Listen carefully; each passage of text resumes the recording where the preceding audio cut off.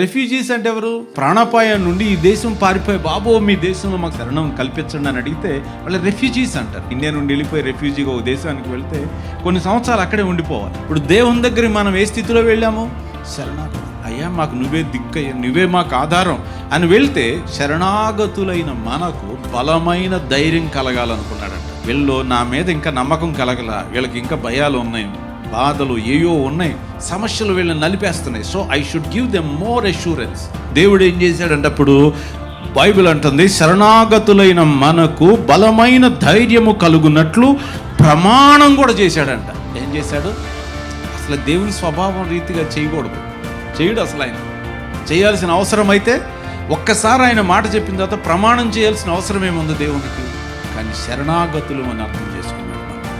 వాళ్ళ స్థాయికి నేను వెళ్ళాల్సిందే, నేను దిగితే తప్ప ఆ స్థాయికి వాళ్ళకి అర్థం కాదు. Let me go down and make a promise and oath to them. నా తోడు అని ప్రమాణం చేశాడంట.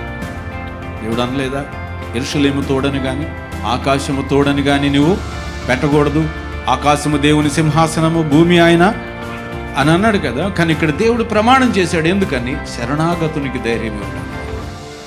So unlike his character, God came down and down and down, condensed to give us an oath. Promise చేసామంటున్నాడంటే వాగ్దానమును దృఢపరిచాడట.